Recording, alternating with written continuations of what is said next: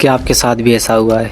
आप किसी लड़की से पहली बार चैट करते हैं, सिर्फ 15 या 20 मिनट की चैट, लेकिन अगले कई घंटों तक या कई दिनों तक उसका नाम, उसकी बातें, उसकी रिप्लाई और उसकी प्रोफाइल आपके दिमाग में घूमती रहती है। आप पढ़ाई कर रहे होते हो और अचानक उसका ख्याल आ जाता है। आप मोबाइल उठाते हो और बिना किसी वजह के उसकी चैट खोल लेते हो। हर नोटिफिकेशन देखकर लगता है शायद उसी का मैसेज होगा। फिर दिमाग में सवाल आता है, क्या मुझे उससे। असल में इसके पीछे प्यार से ज़्यादा ब्रेन फिजियोलॉजी काम करती है। आज की इस वीडियो में हम जानेंगे दिमाग ऐसा क्यों करता है, कौन कौन से फिजियोलॉजी फेज आते हैं, क्यों पहली चैट सबसे ज़्यादा याद रहती है और आखिर में ये जानेंगे इससे बाहर कैसे निकले। The first is novelty effect. हमारा दिमाग कई सालों की इवोल्यूशन से बना है। हम हमेशा नई चीज़ों पर सबसे ज़्यादा ध्यान देते हैं। अगर आपको रोज़ एक ही रास्ते से जाना पड़े तो कुछ दिन बाद आप उस रास्ते पर ध्यान देना छोड़ देंगे, लेकिन उसी रास्ते में अचानक कुछ नया दिखाई दे तो आपका पूरा ध्यान उसी पर चला जाएगा। इसी को कहते हैं नेवोलिटी इफ़ेक्ट। जब कोई नई लड़की आपकी ज़िंदगी में आती है तो आपका ब्रेन उसे इम्पॉर्टेंट इवेंट्स मानता है। यही कारण है कि उसकी छोटी छोटी बातें भी हमें याद रहती हैं। The second is dopamine.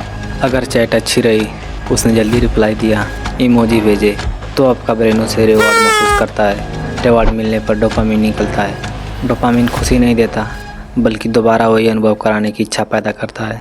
यही कारण है कि मोबाइल बार बार चेक करने का मन करता है। The third is Zeigarnik effect. क्या आपने कभी नोटिस किया है, अधूरी बातें सबसे ज़्यादा याद रहती हैं। अगर चैट अचानक ख़त्म हो जाए तो आपका दिमाग उसे कंप्लीट करना चाहता है। इसे फिजियोलॉजी में कहते हैं जेजर्निक इफ़ेक्ट, यानी अधूरी चीज़ें पूरा होने तक हमारे दिमाग में घूमती रहती हैं। The fourth is hello effect. अगर पहली इंप्रेशन अच्छी रही तो ब्रेन उसकी बाकी खूबियों को भी कल्पना करने लगता है। वो अच्छी बातें करती है तो ब्रेन सोचता है शायद वह बहुत केयरिंग होगी, शायद बहुत मैच्योर होगी, शायद परफेक्ट होगी।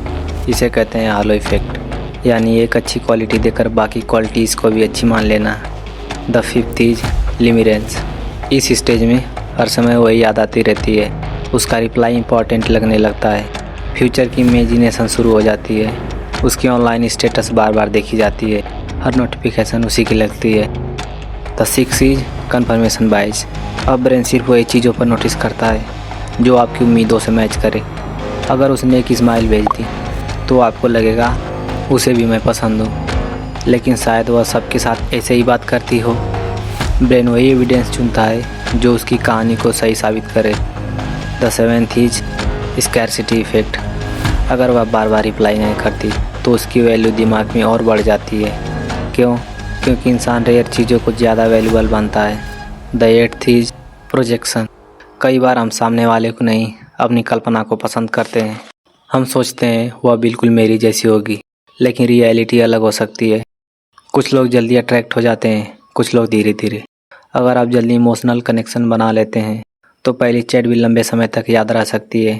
अगर आप सिर्फ कुछ दिन याद कर रहे हैं तो यह नॉर्मल है, लेकिन कोई काम में मन नहीं लग रहा या पूरे दिन सिर्फ वही याद आती है तो आपको अपना फोकस वापस अपनी लाइफ पर लाना चाहिए।